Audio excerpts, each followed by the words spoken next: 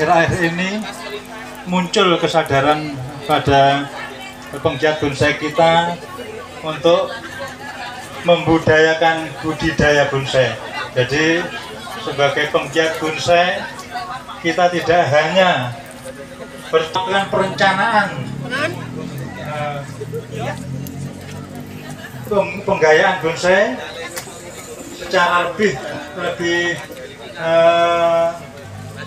jelas dengan konsep yang kita inginkan, dengan kriteria sesuai yang kita inginkan agar kelak menjadi komoditas seni yang bisa menghasilkan penghasilan bagi para penggiat bonsai. Tentu Anda hanya membutuhkan besar batang pokok yang relatif kecil, kemungkinan hanya sebesar kelingking sampai sebesar telunjuk, karena tinggi pohon hanya maksimal sekitar 12 cm. Dengan penggayaan yang Anda inginkan. Jadi baik itu Anda konsep sebagai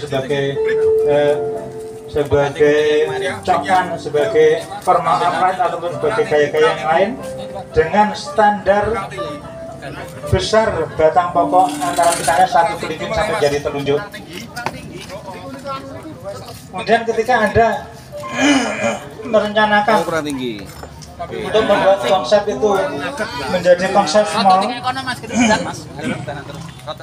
sampai dengan 30 cm misalnya, maka Anda bisa melakukan pemrogram gradasi mulai dari awal dengan melakukan pengamatan dan membentuk membentuk cabang-cabang sesuai dengan konsep yang Anda inginkan. Jadi standarisasi ini hanya bisa kita buat apabila Anda melakukan budidaya. Anda tidak akan mampu melakukan standarisasi bila Anda hanya mengandalkan perburuan dari alam. Perburuan dari alam tentu akan lebih kepada konsep-konsep yang lain di luar standarisasi yang saya sebutkan tadi.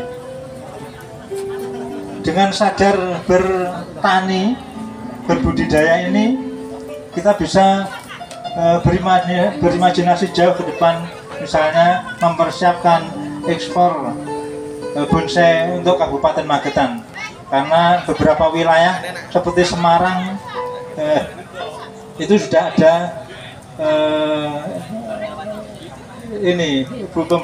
pembudidaya yang khusus ditujukan untuk ekspor bonsai, karena permintaan ekspor itu selalu disertai dengan kualitas yang setara, yang dapat yang terukur. Jadi standar dari perusahaan Anda itu seperti apa, itu yang membuat Anda sendiri. Ketika standar bonsai dari hasil produksi Anda itu Anda yang menetapkan sendiri untuk dicontohkan kepada calon pembeli dari luar.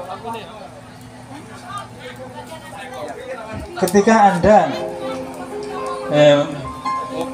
menginginkan bonsai-bonsai karya bebas, Anda juga bisa melakukan standarisasi melalui proses budidaya ini. Tentu saja standar karya bebas yang dimaksud tentu adalah karya-karya tersebut tata nilai estetiknya, irama gerak dan komposisinya bisa terbaca oleh orang-orang yang memahami ilmu estetika, tetapi jelas bahwa karya Anda itu belum sebagai sebuah karya seni karena tidak melibatkan individual style individu yang Anda miliki. Anda cukup menerapkan keterampilan Anda dalam membuat bonsai. Kemudian nanti orang yang membutuhkan karya-karya Anda yang bersifat standar itu bisa merubahnya menjadi karya seni bonsai sesuai dengan cita rasa seni orang yang berkarya dengan bahan-bahan bonsai yang sudah dibeli dari Anda. Jadi ini adalah salah satu kelebihan dari bahan yang kita hasilkan dari budidaya. Dan tentu satu syarat yang harus Anda kuasai adalah menguasai konsep dan tahapan-tahapan dari budidaya tersebut. Karena tanpa Anda mengetahui konsep secara mendetail, tanpa Anda memiliki pengalaman berkarya, Anda akan sangat sulit untuk melakukan budidaya secara berkelanjutan dengan tahapan-tahapan yang pasti. Satu syaratnya tentu adalah Anda harus mempelajari sepenuhnya konsep-konsep karya seni bonsai, baik itu yang berdasarkan 5 gaya dasar bonsai ataupun bonsai-bonsai bergaya bebas yang dicontohkan oleh seniman-seniman bonsai jadi. Anda bisa menghasilkan konsep bonsai itu untuk dibeli oleh seorang seniman bonsai, dan kemudian seniman itu sendiri yang nanti akan menyelesaikan konsep yang Anda buat. Tentu saja sekali lagi Anda harus menguasai sisi estetika dari seni bonsai ini, karena bagaimanapun bonsai bukan sekedar tanaman di atas pot, tapi dia adalah hasil rekayasa estetika dengan bahan tanaman yang Anda tanam di atas pot. Jadi rekayasa estetika inilah yang menjadikan karya.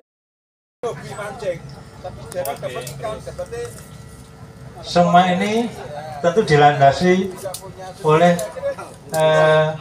wawasan referensi Anda terhadap seni bonsai. Jadi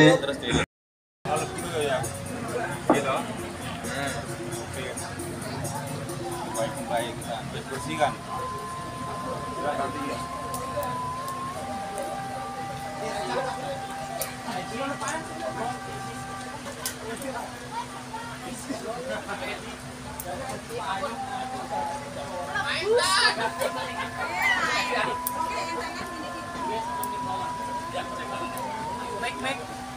Sekian bersolat dulu sayang.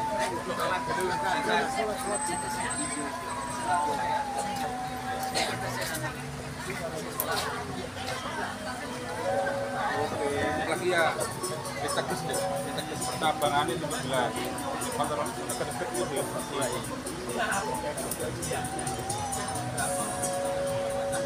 Iya,